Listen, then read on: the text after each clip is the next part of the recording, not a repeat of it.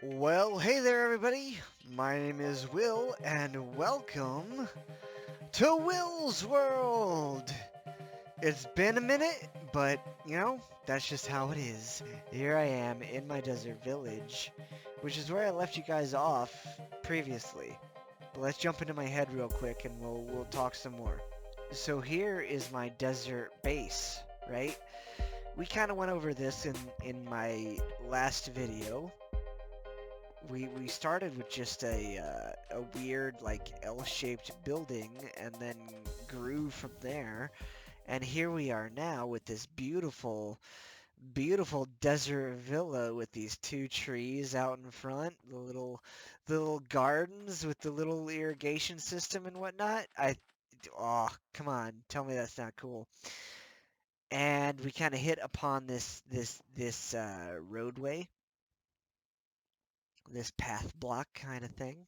Well, since then, I have started kind of toying around with the desert theme. And so I built this building over here that has this lovely overhang right here with this little garden area out front. I think it's adorable and I love it. Now here's the other thing. Off camera, I decided to try to learn some things, and so I made this. This is a 1.15 proof villager breeder. And I will post a link in the description below as to how I made this villager breeder. But I gotta say, besides being a villager breeder, it is also a carrot farm. It's not a super fast carrot farm because the villagers use most of those carrots, but this is a legit villager breeder. And now the thing is, this villager breeder, when I actually made it in the game, I came to realize how enormous this structure actually is. So what I want to do here, I want to make a giant temple slash trading hall to house the villagers that are bred in this villager breeder. I want to make a legit trading hall in here. So I blocked it out, just the basic outline that would contain this giant contraption, and I need to figure out a temple scheme, something that'll look really cool from the outside, but then house these villagers. So that's where I need some inspiration. I'm thinking pyramid. Where did I get these villagers? That's a great question. And it is easily answerable by flying this way. And it's just a few hundred blocks, but there is a village just off in this direction that I found. Oh god, there it is. There it is, right there. That's where I got him. So it wasn't super difficult, but it did take a lot of time, and I did most of that time while I was at work and off camera for, the boring bits.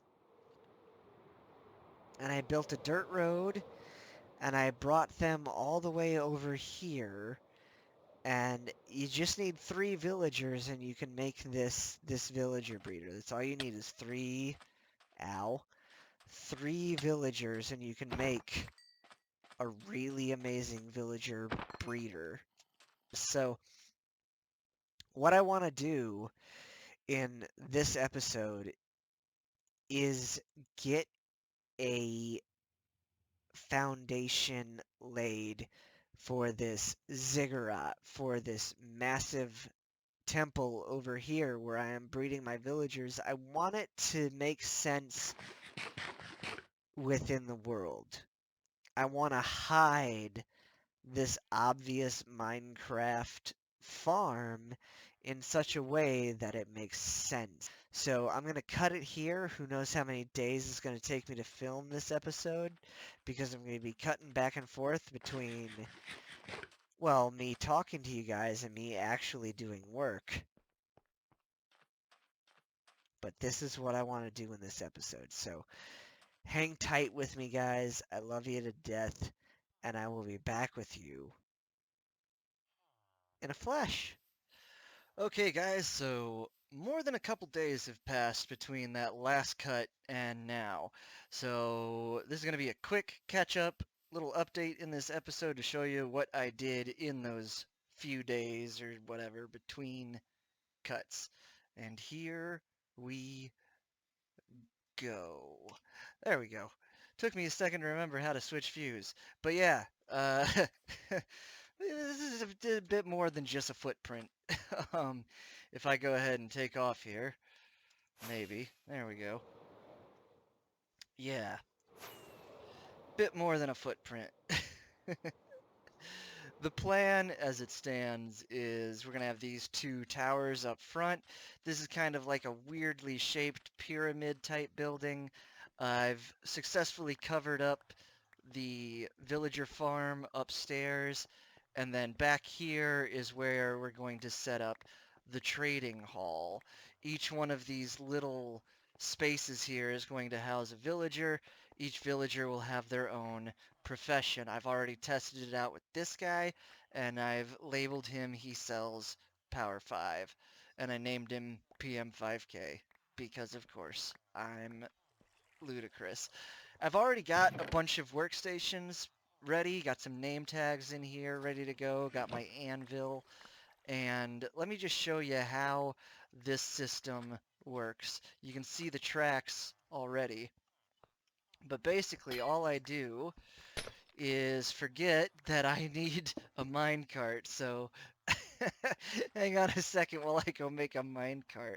Oh my god. Alright, yeah, back in a flash. Why make one when you can make three? Right? Right. Oh, I am just so profesh. Gonna keep two in there, and I can show you. This is like a impromptu carrot farm.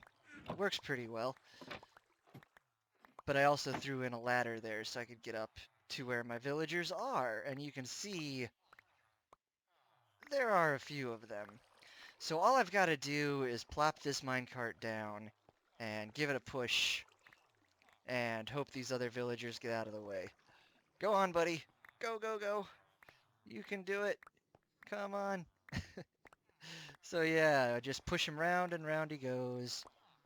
Get out of the way. Goodness. And down he goes. And he should end up exactly in that next spot. And so if we run back around here, he should be, yep, right in here. And I already had a lectern there ready for him to go. Now, what we can do is simply remove the lectern, but it's the wrong time of day. So let me go and wait for night and sleep and then wait for the right time of day. But the idea is you can remove this lectern. He will lose his profession, and then when you put the lectern back down, he will regain his profession and he'll have a different trade. So, as always, back in a flash. Okay, I'm back. It is now noon, so it should be prime trading time. And the other thing I'm going to tell you right now is that this is what I think I'm going to go with for the design of each of these little pods, but I'm obviously going to get rid of all the torch spam and interior decorate this place. It's just going to take some time. So, boom. Lectern gone. He loses his profession. Lectern down. He regains his profession. Thorns 1. We don't want that. Boom. Loses. Boom. Regains. Protection 4 is actually pretty okay, I think. So let me plop this down. Right? Protection 4 is pretty good for like your armor, right? So we're gonna go ahead and I'm just gonna buy a bookshelf, and what that does is it locks his trade in, and then I can get my name tag, name him something funny, finish his little area here to keep him safe, and that'll be that. And then I just rinse and repeat. This whole hallway section here is going to be all librarians so we can get all of the best enchanted books and whatnot. So I'm just going to name him something funny. I have one more thing to show you, and then I'm going to get to work on the interior of this building and hopefully get a lot of work done off camera. A lot of the boring, like, grindy stuff. So he's a protection guy. Uh, let's just call him Protego. If you're a Harry Potter fan, you might think that's pretty funny. Boom! There you go. Protego. And we'll do the same kind of setup for him. Putting this trapdoor here with the lectern hopefully means that not even baby zombies can get in and kill my villager. So anyway, I'm going to get to work on interior design, finishing the towers and getting some more villagers in there. But before I leave you, I do want to show you something else I've been working on off camera, and that is our little Nether Tunnel.